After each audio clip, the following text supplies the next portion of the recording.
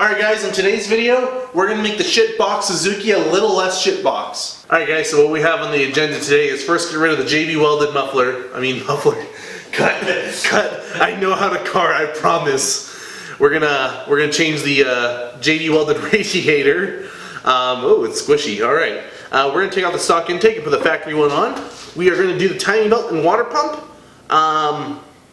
We're going to start with that first. We've got a new CV axle to put in as well, because this one, closer to the camera, it has the boots non-existent.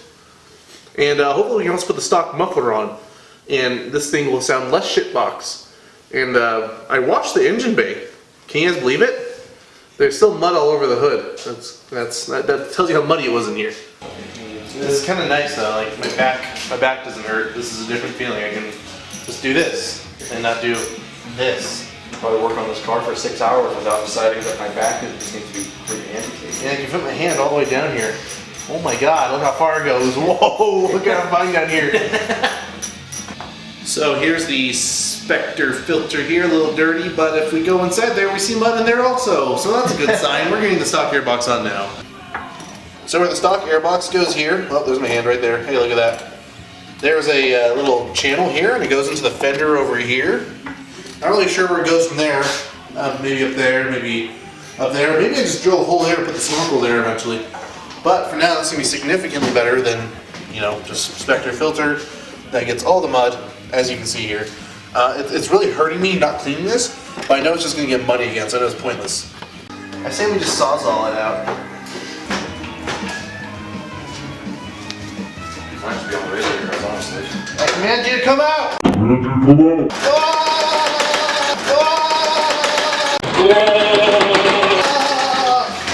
See, that's all I gotta do. Pro tip. Bring that over here. Bring in our aftermarket goodies. Are you recording yet? I know, I'm recording, alright.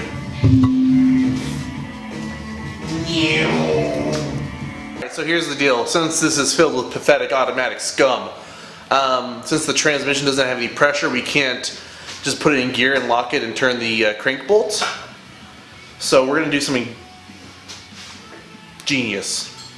Dangerous. We're going to put the breaker bar on and crank the motor and let the inertia of it spinning the pulley back off the bolt as well.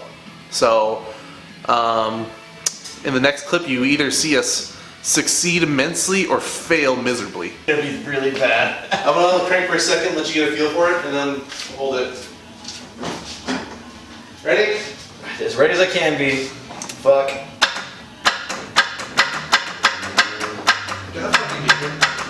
It's too fucking.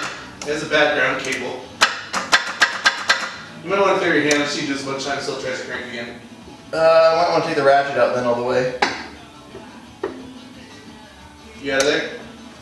Send it!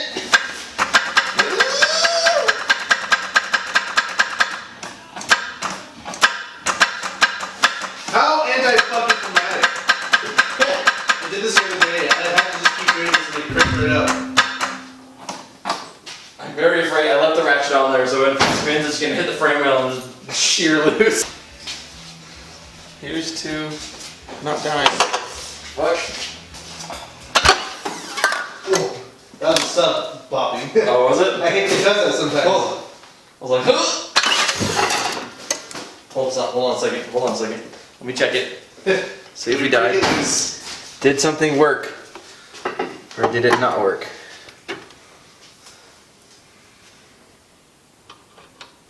Here's for all the marbles. Hey! Is it loose? Hey, it worked! Hey, we did something. Yeah! Internet! So this belt doesn't look too bad actually, but when you get to it, let's see, where is it? There's some cuts in there like that right there, so yeah, good thing we're changing it. I think this motor's not interference though, so it's not too big of a deal if we did lose a belt, but you don't want to be out in the mountains and lose a belt, right? So right now we're getting the water pump on now, kind of digging through all the grease and dirt and mud they got in here, so it's starting to look like an engine though. Kind of impressive, huh, for this little Suzuki.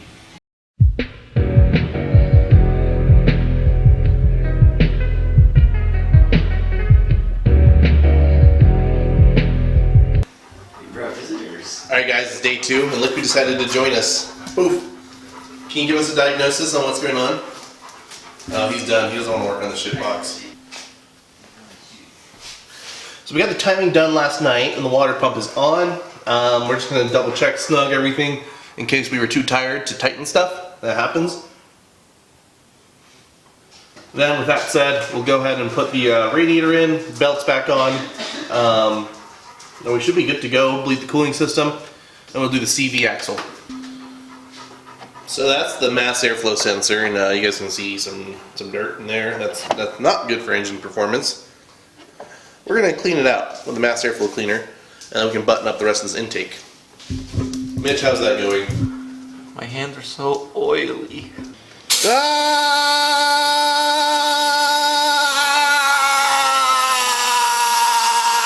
It's clean. Factory air box is in. So now that should restore like 20 horsepower, I think. Minimum. Minimum. Well, we got to get a dyno tune still, you know. Alright, let's put this radiator in. Cool. So I figure radiator first, then shroud. I can put the fan in, get the fan on, and then we can get the tension on this. I've already tensioned this. Sweet. Cool. Radiator.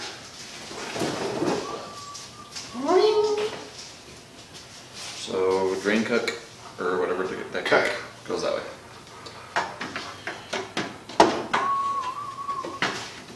Hey, boo. Wow, it's not caked in dirt. Wouldn't it so easy? Wow. Where are the grommets? There we go. There we go. What do you think? You want to go for a ride on this later? Want to go for a drive in the Suzuki? Oh, yes, you do. Alright, so now we're going to do the CV axle here. The boots have been torn for quite a long time. Peeking my hand in there, there's no more ball bearings left inside the CV joint. So that's cool. Usually they have ball bearings in there, right? Right? Well, so yeah. So, I mean, it's pretty tattered up. Never done a CV axle in a car like this before. I pulled them off on the Z, but it's a totally different system on this. So I'm guessing this hub has to come off first. This locking hub, that is. And then I should be able to get the CV nut off. And then I gotta split it from the front differential. So let's figure this out without looking at the internet. Cotter pin. Freaking suck my nuts, oh my god. Oof, you ready to go for a drive? We're almost done, then we can go for a ride, okay? So something tells me the CV axle shouldn't be coming out in 2 pieces, so... yeah, I think we're changing this. I've had 3-wheel drive this whole time. Alright, so the CV axle is in. That was a pain in the butt. We don't want to talk about it. There's just a lot of moaning. Cursing. Oh fuck. Found something cool here. Weight reduction. So we're gonna go ahead and fill this guy up with coolant, and I know in a past video I've said this is a very, very worthwhile tool for bleeding, and I'll show you guys how to use it a little bit. I'm out of focus, damn it. Anyway, we'll fill this with coolant and I'll show you guys how it works. It makes bleeding really easy and not very messy. Alright, let's make ourselves a cocktail. Oh, distilled water. Let's go about, let's go about halfway. The capacity of this is about 6 quarts. So half and half of this will make 4 quarts. It'll mix in the, you know, cars have a blender in them, believe it or not. It's called the water pump. It has impellers, it'll blend it. Here's your anti-dog and cat juice.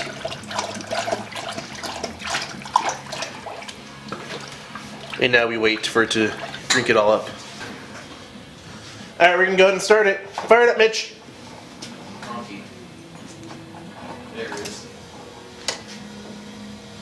Figure if we did the timing right. Well, not real quick.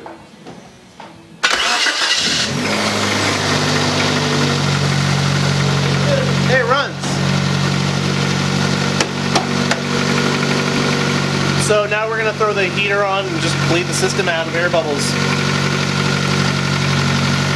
Alright guys, so there you have it. We're done bleeding the system. What's cool with this tool? Just put this guy in here and, whoa, saves your coolant. You don't make a mess. I'm gonna go discard this now. Alright guys, so I hope you guys enjoyed this video. I think next video we're gonna put some new wheels on this and maybe even weld the diffs. So if you guys like the Suzuki content, make sure to subscribe and keep watching, and thanks for watching my channel. I said that backwards. Anyways, I'll see you guys next time.